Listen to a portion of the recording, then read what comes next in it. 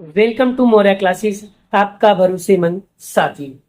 नमस्कार विद्यार्थी मित्रों, आप सभी का स्वागत करते हैं मौर्य क्लासेस में। विद्यार्थी मित्रों, हमने चैप्टर नंबर 9 वन्य एवं वन्य जीव संसाधन के बारे में चालू किया था और उसमें बहुत सारे टॉपिक्स मैंने आपको समझाया भी था।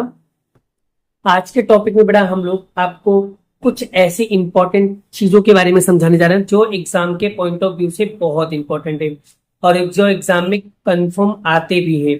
तो ऐसे क्वेश्चन को अच्छे से पढ़ना है बेटा।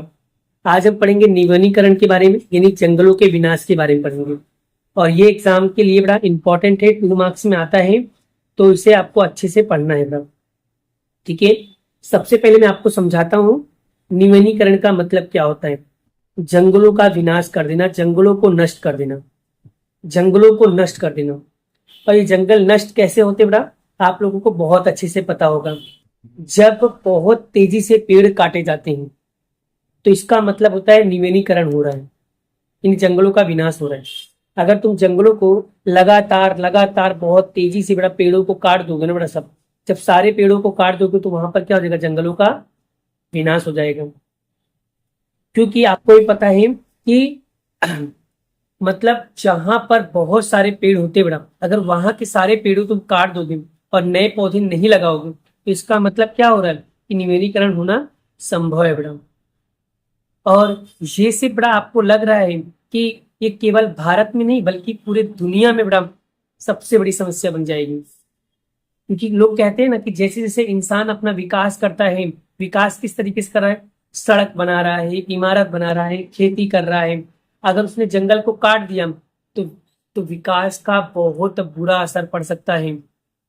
इसीलिए मैं कहता हूँ ना भाई कि आपको भी पता है कि कभी कभी पेड़ प्राकृतिक कारणों से तूफान, सूखा और बाढ़ को भी नष्ट कर देते हैं, ये सब कुछ भी नहीं, लेकिन इंसानों द्वारा जानबूझ के किए गए पेड़ों की कटाई की तुलना में बहुत कम है।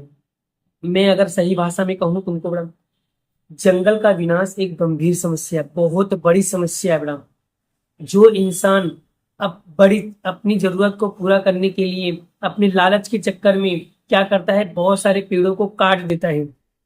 अगर हम समय रहते नहीं संभले ना तो इसका बहुत बुरा असर पड़ सकता है, चाहे वो प्राकृतिक हो, चाहे वो जलवायु हो, चाहे वो कोई भी जीव है, जानवर है, उनके ऊपर भी बहुत बुरा असर पड़ सकता है। क्योंकि अगर तुमने पेड़ पौधे जंगल वगैरह काट दिया तो हमारे सारे जानवर कहाँ जाएंगे तब, इनके पास तो कोई उपाय ही नहीं होगा, ये लोग क्या हो जाएंगे, मर जाएंगे।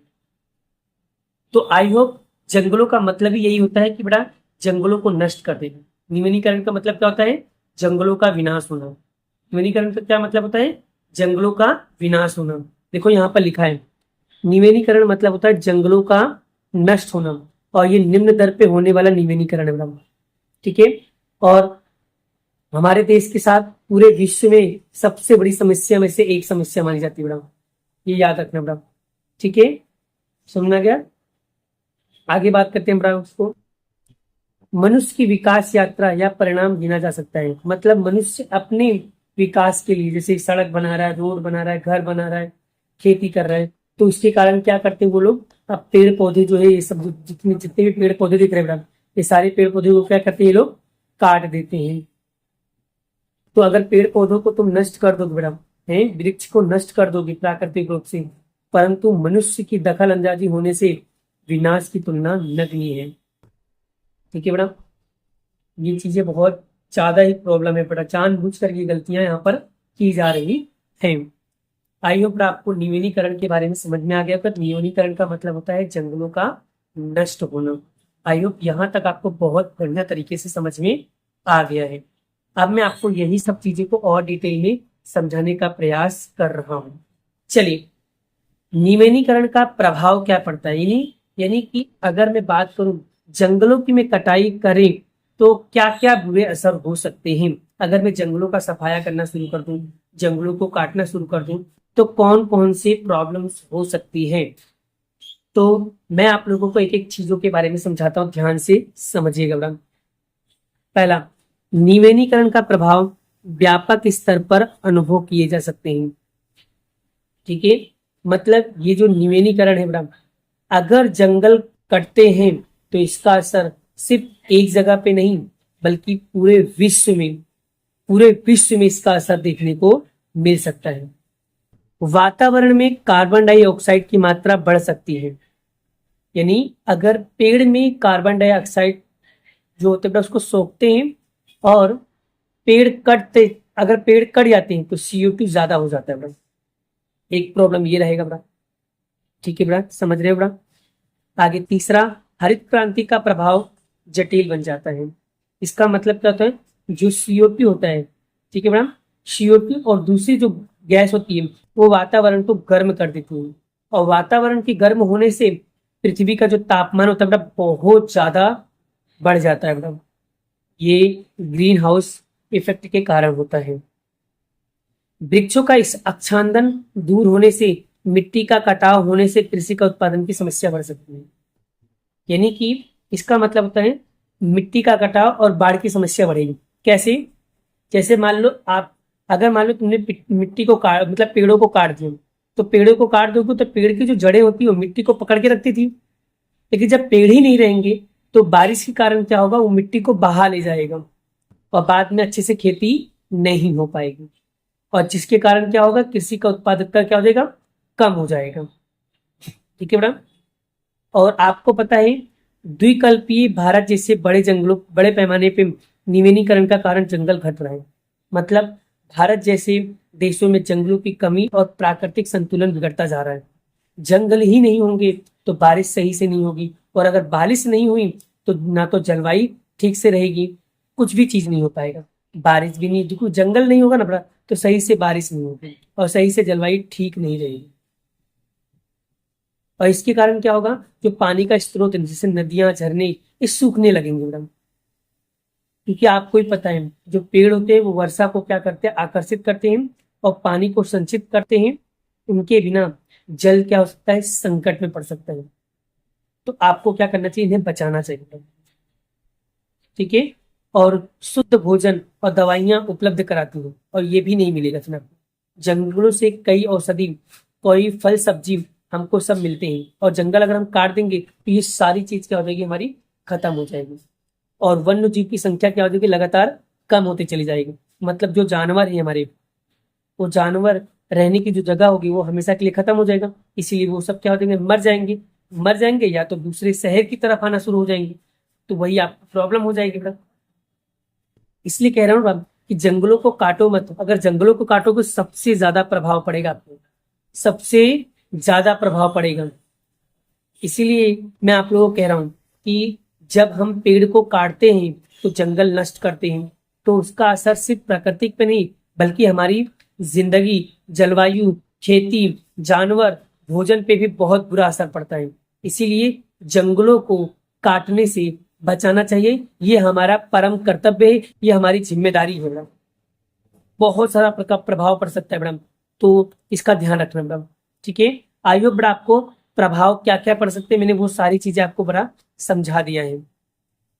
एक बार मैं आपको शॉर्ट में समझा दे रहा हूँ क्या क्या प्रभाव पड़ सकता है। निवेनीकरण की प्रभाव पूरी पृथ्वी पे, पूरी दुनिया पे पड़ सकता है। कार्बन डाइऑक्साइड की मात्रा बढ़ सकती है। हरित क्रांति का प्रभाव ज्यादा हो सकता है। मिट्टी का कटाव और बाढ़ की समस्या बढ़ सकती है। कृषि का उत्पादन घट सकता है। भारत जैसे देशों में जंगलों की कमी और प्राकृतिक संतुलन बिगड़ सकता है। पानी का स्रोत सूखने लगता है, जैसे कि नदी, झरने, ये क्या लगेंगे, सूखने लगेंगे। शुद्ध भोजन और दवाइयां आपको नहीं मिल पाएगा। वन्य जीव की संख्या क्या हो जाएगी, धीरे धीरे क्या हो जाएगी, कम होते चली जाएगी। तो ये सारी समस्याएं बड़ा आपको देखने को मिल सकता है निवेनीकरण के प्रभाव में। आई होप आपको, आशा करता हूँ बड़ा आपको ये सारे पॉइंट समझ में आ गए होंगे। इसमें निवेनीकरण का व्यापक प्रभाव हो सकता है। कार्बन डाइऑक्साइड की मात्रा बढ़ सकती है। ग्रीन हाउस का प्रभाव ज्यादा हो सकता है, जटिल, और मिट्टी का कटाव होने से कृषि का उत्पादन की समस्या बढ़ सकती है।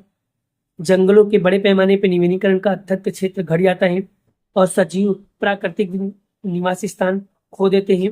वन्य जीव, भोजन और पानी खोज मानव बस्ती की तरफ आ जाते हैं, और मांसाहारी वन्य जीव द्वारा जंगलों के नजदीक क्षेत्रों में बसने वाले पशुपालकों, पशुओं का शिकार करने से संख्या क्या हो जाती है, लगातार बढ़ना शुरू हो जाता है बड़ा। तो ये सारी समस्याएं बड़ा आपको देखने को मिलेगी, लेकिन मैंने आपको जो अपनी भाषा में, लैंग्वेज की भाषा में जो आपको धीरे धीरे पॉइंट को समझाया है, अगर आप उसे भी अच्छे से सुनकर बार बार सुन लोगे ना बेटा, जैसे वीडियो को रोक कर फिर से देखना, फिर से सुनना, आपको ये प्रभाव कौन कौन से पड़ेंगे ना उसको एकदम सरल भाषा में समझ में आ जाएगा।